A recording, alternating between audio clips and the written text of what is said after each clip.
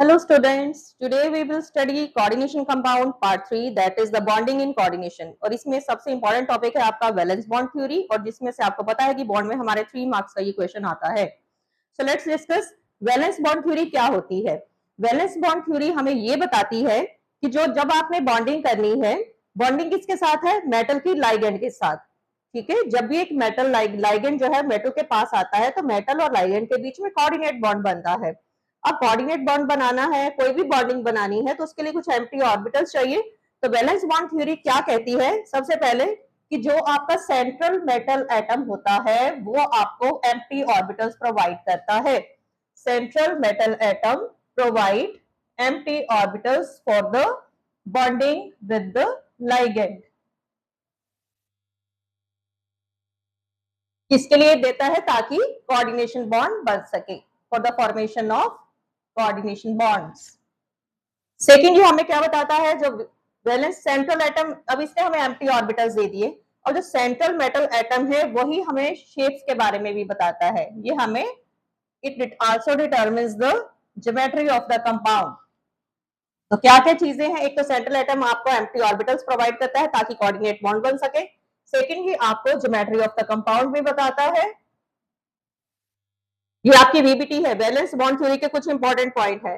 फिर जो आपका डी ऑर्बिटल है, डी ऑर्बिटल जो आपने यूज करा है, इट मे बी इनर और आउटर। अब ये सारे पॉइंट्स आपको तभी क्लियर होंगे जब हम इसका एग्जाम्पल करेंगे। तो मैं आपको इंपॉर्टेंट क्वेश्चन बताऊंगी जो आपको एग्जाम में आते हैं और इसी तरह से आपको आने हैं। These are of your NCERT based. So without wasting a time let's discuss. जैसे कि हमारा फर्स्ट क्वेश्चन है, आपके पास है CrNH3 3 positive, it is paramagnetic. ये आपका पैरामैग्नेटिक है। और एक और कंपाउंड है CONH3 अब इसमें आपका मेटल एटम जो है क्रोमियम है, इसमें आपका CO है। सबसे पहले इस तरह के क्वेश्चन में आपने क्या करना है कि ये पैरामैग्नेटिक है और ये आपका डायामैग्नेटिक है। वाई? तो ये आपका क्वेश्चन है। अब आपने इसको सॉल्व कैसे करना है? सबसे पहले आपने जो आपकी सेंट्रल मेटल एटम है उसका आपने ऑक्सीडेशन नंबर निकालना है। जो NH3 है ये आपका न्यूट्रल लाइगेंड है, मींस इसके ऊपर 0 चार्ज है। तो इसमें आपका जो क्रोमियम है उसकी ऑक्सीडेशन स्टेट क्या है? +3। इसमें आपका जो कोबाल्ट है उसकी ऑक्सीडेशन स्टेट क्या है? +3। अब हमें पता है क्रोमियम की कॉन्फ़िगरेशन क्या होती है? 4s1 3d5। जब इसकी 3 पॉजिटिव हुई तो ये क्या बन गई? 4s0 3d3। अब हम इस कॉन्फ़िगरेशन को लिखते हैं। डी के 5 ऑर्बिटल्स हैं।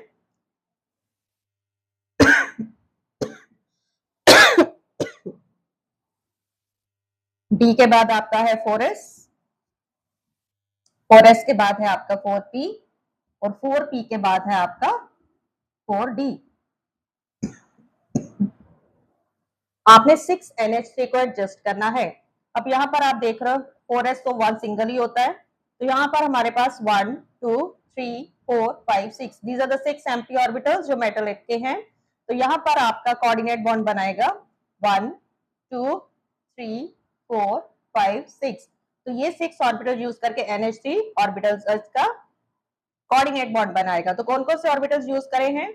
D2 sp3। तो आप देख सकते हो कि इसमें इनर वाला डी यूज हुआ है, आउटर डी ये था, इनर डी ये है।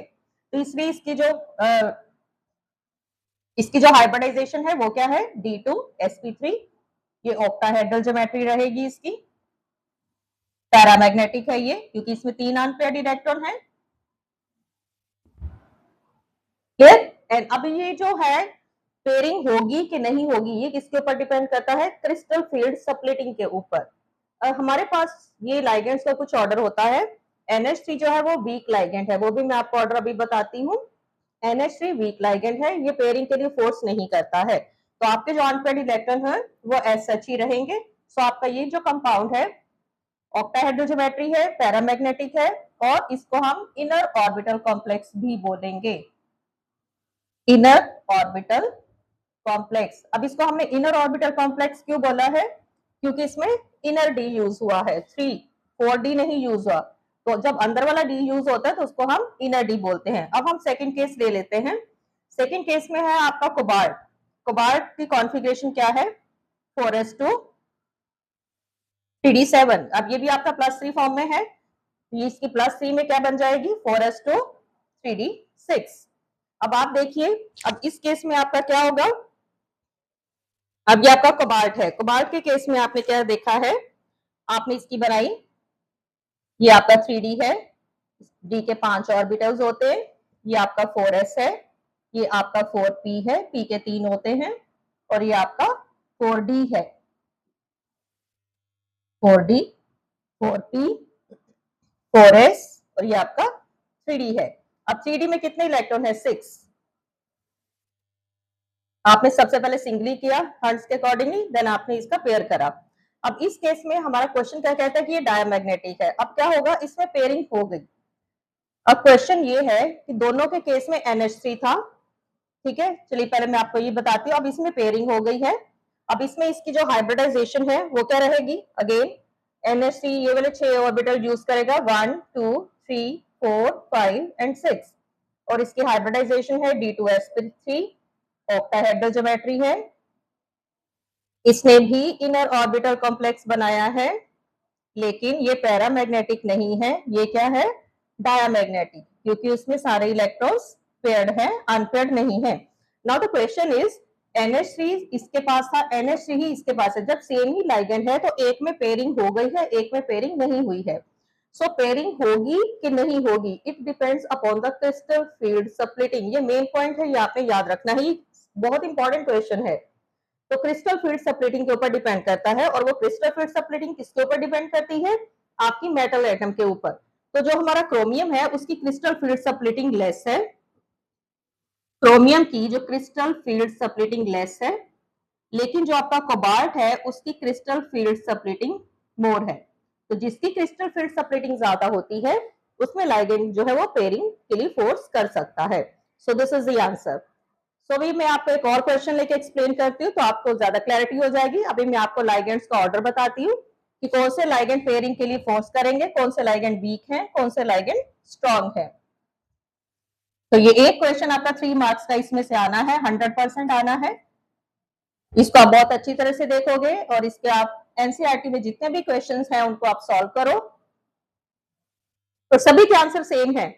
अभी मैं आपको 2-3 क्वेश्चंस कराऊंगी तो आपको क्लैरिटी हो जाएगी। तो सबसे पहले तो आप क्रिस्टल्स का देखिए कि कौन से लाइगेंड जो है वो वीक है, कौन से स्ट्रॉन्ग है। वीक लाइगेंड्स, वीक लाइगेंड्स में हमारे क्या आ जाते हैं? Water, NH3, pyridine and halogens, chlorine, bromine, fluorine, ये सारे आ जाएंगे। स्ट्रॉन्ग लाइगेंड में हमारे क्या आते हैं? इसमें हमारे हैं नाइट्राइट, साइनाइड एंड कार्बोनिल। ठीक, चलिए अब एक और क्वेश्चन लेके मैं आपको एक्सप्लेन करती हूँ। हमारा कंपाउंड है FeCN6 3 नेगेटिव, एंड सेकेंड मेरा एक कंपाउंड है Fe, इसमें मेरा लाइगेंड वाटर है और इसमें 3 पॉजिटिव चार्ज है। तो देखिए अब इसमें दोनों के अकॉर्डिंग टू वीबीटी मुझे एक्सप्लेन करना है। Explain the geometry of these 2 compounds according to VBT. तो सबसे पहले इसमें साइनाइड है, साइनाइड के ऊपर चार्ज होता है -1, वाटर हमारा न्यूट्रल है। इसमें आपके आयरन की ऑक्सीडेशन स्टेट आ गई 3 पॉजिटिव, और इसमें क्योंकि वाटर न्यूट्रल है तो इसमें भी आपके आयरन की ऑक्सीडेशन स्टेट क्या आएगी? 3 पॉजिटिव। अब इनकी कॉन्फ़िगरेशन क्या होती है? 4s2 3d5, आयरन की यही होती है, हमने दोनों की लिख लेनी है। अब +3 फॉर्म में है तो दोनों की ही क्या रह जाएगी? 4s0 3d4, इसमें भी हमारी क्या रह गई? 4s0 sorry 3d6, 26 atomic number होता है, क्लियर? 4s0 3d5, इसमें भी हमारी रह गई 4s0 3d5। अब अकॉर्डिंग टू वीबीटी बनाइए, और हमने 4s0 3d5 को लिखना है। ये हमारा 3d है, ये हमारा 4s है, ये हमारा 4p है, और ये हमारा 4d है। ठीक है, 5 जितने थे ऑर्बिटल्स हैं आप बना दो। This is 4p 4s 3d। अब इसमें मैंने 5 इलेक्ट्रॉन्स को फिल कर दिया है। अब मेरे पास यहाँ पर है CN। CN क्या है? It is a strong ligand.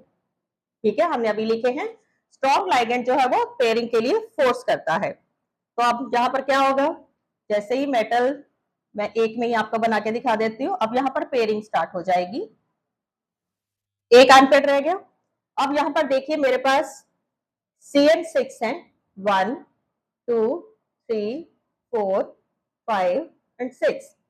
तो ये 6 ऑर्बिटल्स में DN जो है आपका CN कोऑर्डिनेट बॉन्ड बनाएगा। तो आपकी जो हाइब्रिडाइजेशन है वो क्या आ गई आपकी D2sp3। क्लियर? एक तो हाइब्रिडाइजेशन हमें पता चल गई, और क्या है ये ऑक्टाहेड्रल है। और क्या हमें पता चल रहा है, इसमें एक अनपेयर्ड इलेक्ट्रॉन है, तो इसको हम डायमैग्नेटिक तो बोल नहीं सकते, लेकिन एक अनपेयर्ड इलेक्ट्रॉन है, it is weekly paramagnetic. Paramagnetism तो शो कर रहा है लेकिन कम। और क्या चीज हमें पता चल रही है, इनर है या आउटर है? It is inner orbital complex. अंदर वाला डी यूज करा है इसने, so it is inner orbital complex. चलिए अब दूसरा कंपाउंड ले लेते हैं। अब इसमें हमारा है वाटर। वाटर जो है वो वीक लाइगेंड है, तो इस केस में वाटर जो है वो पेयरिंग के लिए फोर्स नहीं करेगा। तो इसके जो 5 ये वाले इलेक्ट्रॉन है ये एज सच ही रहेंगे। अब 4s 4p एंड नेक्स्ट है हमारा 4d। डी के आगे 5 होते। अब यहाँ तो स्पेस नहीं है, तो इट मींस इनर वाला डी तो वाटर जो है कोऑर्डिनेट बॉन्ड नहीं बना सकता। तो वाटर कहाँ कहाँ कोऑर्डिनेट बॉन्ड बनाएगा? So these 6 orbitals, these are the vacant, here water will form coordinate bond। कौन कौन से ऑर्बिटल्स यूज हुए हैं?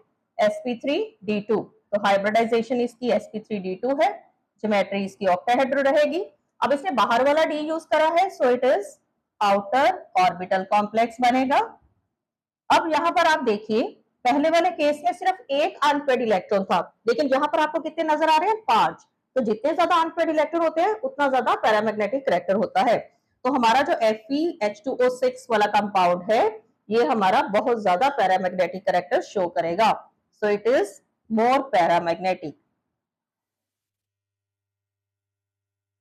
तो इस तरह के क्वेश्चंस आपके आते हैं। एक और मैं क्वेश्चन आपको बता देती हूँ जो कि आपकी एनसीईआरटी का क्वेश्चन है एंड वेरी वेरी इंपॉर्टेंट। इसी से रिलेटेड आपको क्वेश्चन आता है, आप इसको ट्राई करिए सॉल्व करने के लिए। अगर if you found any problem आप मुझे मैसेज करिए, आई will upload the video. A solution of NiH2O6 2 positive is green, while solution of NiCN4 2 negative is colorless। Same इसी तरह से ही आपने एक्सप्लेनेशन देनी है। तो try to find the answer of it. If you found any difficulty in solving this question तो आप मुझे मैसेज करिए। So I will upload the video of this question. Video को बहुत अच्छी तरह से देखना है, वॉच शेयर और सब्सक्राइब करना बिल्कुल नहीं भूलना है, बिकॉज हम +2 के एक टॉपिक की जो आपका एनसीईआरटी टॉपिक है उसके एक वीडियो में अपलोड कर रही हूँ आपके सिलेबस के अकॉर्डिंगली, एनसीईआरटी के accordingly. So it is very beneficial for you. चलिए हमारा नेक्स्ट टॉपिक है crystal field splitting. Crystal field splitting again very important topic. अब ये क्रिस्टल फील्ड सप्लिटिंग क्या होती है? सपोज ये आपकी एक मेटल है। अब मेटल है तो हम मेटल के कौन से ऑर्बिटल्स यूज करते हैं? डी ऑर्बिटल हमेशा। ठीक है, ये आपकी मेटल थी, उसके डी के ये 5, ये डी के 5 डीजेनरेट ऑर्बिटल्स क्यों बोलते हैं हम इनको? बिकॉज इनका एनर्जी सेम रहता है। अब जैसे एक लाइगेंड ने मेटल को अप्रोच करा तो मेटल के ये जो 5 ऑर्बिटल्स थे ये स्प्लिट हो गए हैं 2 पार्ट्स में। 3 जो है वो नीचे रह जाते हैं और 2 जो है वो ऊपर चले जाते हैं। अब हमारे पास हमने डी ब्लॉक की ज्योमेट्री करी है, उसमें हमारे पास कोऑर्डिनेशन नंबर 4 भी हमने कोऑर्डिनेशन कंपाउंड्स में स्टडी करा है, कोऑर्डिनेशन नंबर 6 भी किया है। तो हम जो क्रिस्टल फील्ड सप्लिटिंग है ये हम कोऑर्डिनेशन नंबर 4 में भी डिस्कस करेंगे, मींस फॉर टेट्राहेड्रल कॉम्प्लेक्सेस की भी हम डिस्कस करेंगे एंड फॉर ऑक्टाहेड्रल कॉम्प्लेक्सेस की भी। तो इससे रिलेटेड भी आपका क्वेश्चन जो है हर हाल में आपको आता ही आता है। तो ये मैं अभी आपको ऑक्टाहेड्रल की बात बता रही हूँ। ये आपके 5 डिजेनरेट ऑर्बिटल थे। जैसे ही लाइगेंड ने मेटल के लाइगेंड जो है वो मेटल के पास आया, इसके जो 5 ऑर्बिटल्स थे ये 2 डिफरेंट सेट्स में स्प्लिट हो गए। नीचे 3 ऊपर 2। जो नीचे वाले 3 हैं इनको आप T2G ऑर्बिटल्स बोलते हो जो ऊपर वाले दो हैं इनको आप ईजी ऑर्बिटल्स बोलते हो, और इन दोनों के बीच में जो एनर्जी डिफरेंस है इसको हम क्या बोलते हैं, delta naught, that is a crystal field separating four octahedral complex. अब इसमें क्या है, इसी तरह से अगर आपने टेट्राहेड्रल की बनानी है तो टेट्राहेड्रल का क्या रहेगा, उसी तरह 5 ऑर्बिटल्स, जैसे लाइगेंड आया 2 सेट्स में ये डिवाइड हो गए हैं। अब इसमें आप पैटर्न देखिए, अब नीचे 2 रहेंगे और ऊपर 3, मींस शिफ्टिंग हो गई, ईजी नीचे 2Tg ऊपर, और इनका जो बीच का स्प्लिटिंग है इट इज, हम इसको हम क्या बोलते हैं, crystal field splitting for tetrahedral complexes. And जो क्रिस्टल फील्ड स्प्लिटिंग टेट्राहेड्रल की है वो ऑक्टाहेड्रल से हमेशा लेस होती है। क्यों लेस होती है, what is the reason, due to less number of ligand. और इसका एक फॉर्मूला भी है, अगर आपको एक 1 मार्क में आपको क्वेश्चन भी आ जाता है, अगर आपको टेट्राहेड्रल की स्प्लिटिंग निकालने के लिए बोला गया है तो उसके लिए हमारा फॉर्मूला है 4/9 डेल्टा नोट। अब हमारे पास क्वेश्चन है कि इन केसेस में आपके पास आपके यहाँ इलेक्ट्रॉन्स हैं, आपने इलेक्ट्रॉन्स फिल कर दिया, फिर आपके पास और भी इलेक्ट्रॉन्स हैं। अब उन इलेक्ट्रॉन्स को, लाइक आपके पास 5 इलेक्ट्रॉन हैं, आपने 3 तो यहाँ फिल कर दिए, अब आपका जो 4th इलेक्ट्रॉन है क्या वो पेयरिंग करेगा या ऊपर जाएगा, ये हमारे पास क्वेश्चन है। तो किस केस में पेयरिंग होगी, किस केस में वो ईजी में शिफ्ट हो जाएगा, वो चीज हम देखेंगे। अगर तो आपके पास D3 इलेक्ट्रॉन्स हैं तो T2G फील्ड होगा, पूरे तो पूरा हर एक में एक एक आ जाएगा। अब आपके पास जब D4 4 इलेक्ट्रॉन आ गए हैं, अब वो इलेक्ट्रॉन या तो इसमें जाएगा, पेयरिंग करेगा, इलेक्ट्रॉन ईदर पेयरिंग और मूव टू ईजी ऑर्बिटल। ये 2 पॉसिबिलिटीज है हमारे पास। अब ये कैसे होगा, अगर तो आपकी स्प्लिटिंग एनर्जी पेयरिंग से कम है तो आपका जो इलेक्ट्रॉन है, अगर स्प्लिटिंग एनर्जी पेयरिंग से कम है, then electron moves to e g orbital, तब वो ऊपर चला जाएगा। अगर आपकी डेल्टा नॉट जो है स्प्लिटिंग एनर्जी पेयरिंग से ज्यादा है, तब आपका जो इलेक्ट्रॉन है इट एंटर्स इनटू T2G, तब आपकी पेयरिंग होगी। ये बहुत बहुत इंपॉर्टेंट चीजें हैं जिसमें से आपको एमसीक्यूज के क्वेश्चन आते हैं, ठीक है। तब आपकी पेयरिंग होगी, अगर कम है तो पेयरिंग नहीं होगी, अगर ज्यादा है तो पेयरिंग होगी। अगर जब पेयरिंग होती है तो इसको हम लो स्पिन कॉम्प्लेक्स बोलते हैं, और जब पेयरिंग नहीं होती है तो इसको हम हाई स्पिन कॉम्प्लेक्स बोलते हैं। बहुत बहुत इंपॉर्टेंट ये चीजें हैं, ये आपको माइंड में रखनी चाहिए। So this is all about your coordination compound। इसको हमने 3 पार्ट्स में स्टडी करा है। फर्स्ट पार्ट में जनरल इन्फॉर्मेशन और सारे के सारे मैंने आपको नोमेनक्लेचर करवाया था। सेकंड पार्ट में हमने आइसोमरिज्म शो करा है, और थर्ड पार्ट में मैंने आपको बॉन्डिंग बताई है, जिसमें से आपका 3 मार्क्स का 100% श्योर क्वेश्चन आपको आना है। तो वीडियो देखिए, इसके आपके नोट्स बनाइए अच्छी तरह से, एंड लाइक शेयर सब्सक्राइब करना बिल्कुल भी नहीं भूलना है। If you found any doubt, आप अपनी एनसीईआरटी एक्सरसाइज सॉल्व करिए। एक्सरसाइज का कोई भी क्वेश्चन किसी भी चैप्टर का अगर आपको समझ में नहीं आता है, directly message me, then I will upload the video of that your question or doubt. Thank you for watching my video. Watch the videos of class 2 on every Friday and Sunday at 7 p.m.